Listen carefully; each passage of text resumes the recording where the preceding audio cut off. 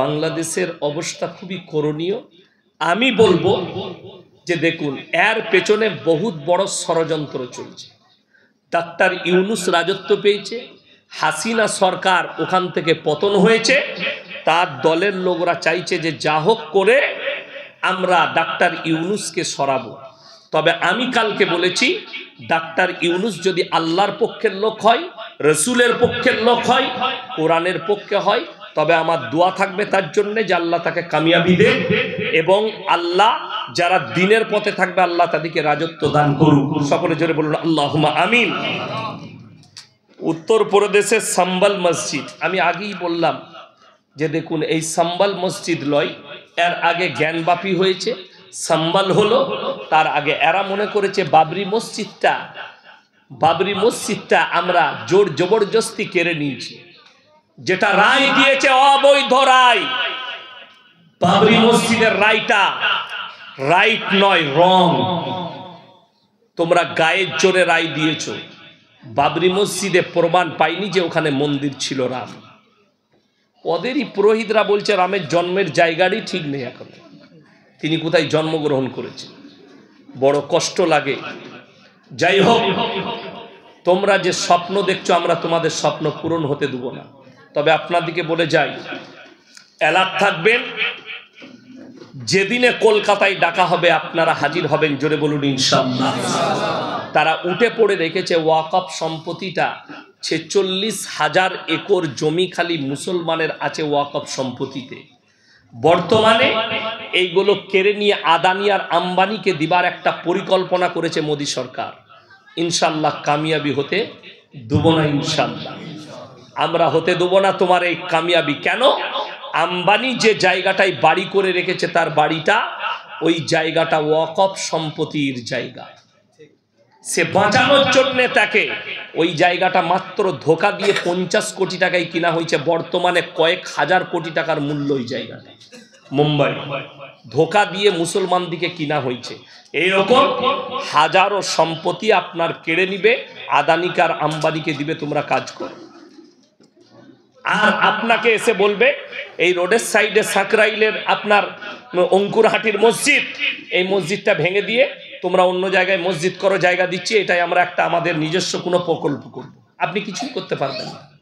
ওই জন্যে এটা আমাদের বাপ দাদুদের সম্পত্তি, আমাদের পৈতৃক সম্পত্তি, আমরা এটার জন্য প্রাণ দিতেও রাজি আছি। সকলে জোরে বলুন ইনশাআল্লাহ। আর ইনশাআল্লাহ আমি নিয়ত করেছি, যেমন ভাবে বলছে জ্ঞানবাপী মসজিদের নিচে মন্দির আছে, যেমন ভাবে বলছে সম্বলের মসজিদে মন্দির আছে, আমিও ইনশাআল্লাহ খুব তাড়াতাড়ি কার উপরে টার্গেট করব বলা মুশকিল। আমি তো খালি দুটো নাম এমনি নিলাম, কিন্তু কোন জায়গাকে টার্গেট করে আমি হাইকোর্টে কেস করব তা কেউ জানে না। খুব তাড়াতাড়ি আমি ইনশাআল্লাহ, আমি অনেকজনকে বলেছি রেডি হও, হাইকোর্টে কেস দাখিল করো, আমাদেরকে অর্ডার দাও, এই জায়গা সার্ভে করে ওর তলায় মসজিদ আছে খুঁজে বার করো। আপনারা জানেনই না, বর্ধমানে ইউনিভার্সিটি আছে না? নাই, আছে।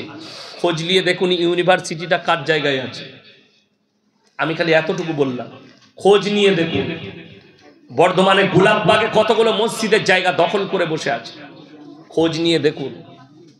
আমার একজন বন্ধু আছে, অনেক কেস লড়ে বর্ধমানে হাইকোর্টে, বর্ধমান কোর্টে কেস লড়ে ওই জায়গা বার করে মসজিদ তৈরি করেছে ইউনিভার্সিটির কাছে। আলী ভাই নাম, আল্লাহ তার হায়াতে বরকত দেখ, বলুন আমিন।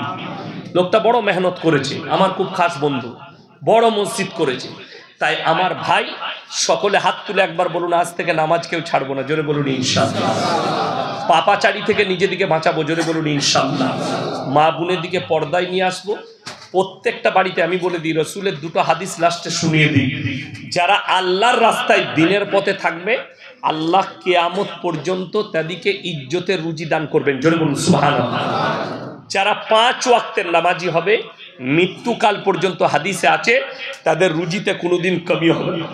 প্রত্যেকটা বাড়িতে নামাজ চালু করব। জোরে বলুন ইনশাআল্লাহ। বাচ্চা ছেলে হোক মেয়ে হোক 7 বছর পেরুলি নামাজের আদেশ দিবেন। সকলে জোরে বলুন ইনশাআল্লাহ। আর লাস্ট কথা, মারা বাবারা শুনেলেন, যে বাচ্চাদের 7 বছর বয়স হবে, যদি মেয়ে হয় যদি মহিলা হয়, বাচ্চা মেয়ে 7 বছর বয়স হলে তার বিছানাটা বাপের কাছ থেকে আলাদা করতে হবে। এটা হাদিস, রাসূলের আদর্শ।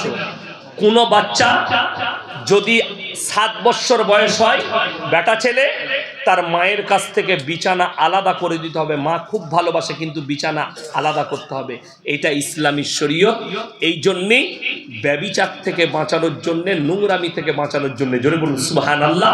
আল্লাহ তাআলা আজকের রাত্রিকে কবুল করুন, আজকের জলসাকে আল্লাহ কবুল করুন। আপনারা আমার জন্য দোয়া করবেন, আমি আপনাদের জন্য দোয়া করি। হায়াত বাকি তো মুলাকাত বাকি। আমার দেরি হবার জন্য আমি ক্ষমা প্রার্থী। চাচা জানের জন্য দোয়া করবেন, আল্লাহ উনাকে জান্নাতবাসী করুন, বলুন আমিন। ওয়া আখিরু দাওয়ানা আলহামদুলিল্লাহি রাব্বিল আলামিন। সবাই দরুদ শরীফ পড়ুন। আল্লাহুম্মা সাল্লি আলা মুহাম্মাদিন ওয়া আলা আলি মুহাম্মাদ কামা সাল্লাইতা আলা ইব্রাহিমা ওয়া আলা আলি ইব্রাহিম ইন্নাকা হামিদুম মাজিদ। আল্লাহুম্মা বারিক আলা মুহাম্মাদিন ওয়া আলা আলি মুহাম্মাদ কামা বারাকতা আলা ইব্রাহিমা ওয়া আলা আলি ইব্রাহিম ইন্নাকা হামিদুম মাজিদ। মোট খতম পড়া হয়েছে 22টি। সূরা ইয়াসিন সূরা পড়া হয়েছে 10 বার। কালিমা শরীফ 17,500 বার। রব্বানা আতিনা ফিদ দুনিয়া হাসানা ওয়া ফিল আখিরাতি হাসানা ওয়া কিনা আযাবান নার। রব্বানা লা তুযিগ কুলুবানা বা'দা ইদ হাদাইতানা ওয়া হাব লানা মিন লাদুনকা রাহমা ইন্নাকা আনতাল ওয়াহ্হাব। ইয়া আল্লাহ, আমরা গুনাহগার, খাতাকার, বদকার, সিয়াকার, গুনাহকে মাফ করে দাও, খাতাকে দরগুজার করে দাও। আমাদের সকলকে তুমি পরেজগার, মুত্তাকি, দিনদার বানিয়ে দাও। তোমার দিনের প্রতি পরিচালিত করে দাও। আমরা অসহায় আর দুর্বল ভিখারির মতো হাত দুটো তুলেছি, তুমি আমাদের হাতকে ফিরিয়ে দিও না। আজকের এই মজমায় যে সমস্ত ভাইয়েরা, মায়েরা, বোনেরা আমরা হাত তুলেছি, হাত তোলার পূর্বে বিগত জীবনের সমস্ত সগীরা কবিরা, জাহিরি বাতিনি, দিনের দিবলে, রাতের অন্ধকারে, জেনে অজেনে যত পাপ করেছি সব তুমি ক্ষমা করে দাও। আমাদের পূর্বপুরুষ যারা দুনিয়া থেকে চলে গেছে, আল্লাহ তাদেরকে ক্ষমা করে দাও। আমরা যখন দুনিয়া থেকে যাব, কালমার সঙ্গে খাতমা নসিব করো। আল্লাহ কিয়ামতের ময়দানকে আসান করে দিও।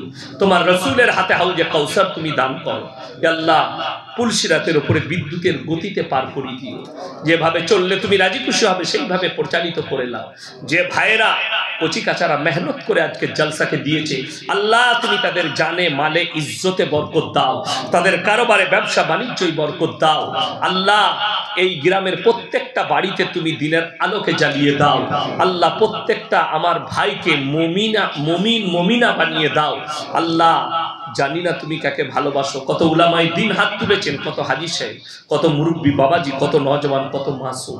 তুমি যার হাত তোলাকে পছন্দ করো, কত মা বোন হাত তুলেছে, তুমি তার মুখের দিকে তাকিয়ে আমাদের এই টুটি ফুটি দোয়াকে হুজুর পাক সাল্লাল্লাহু আলাইহি সাল্লামের সাদকাতে পেলে কবুল করে নাও।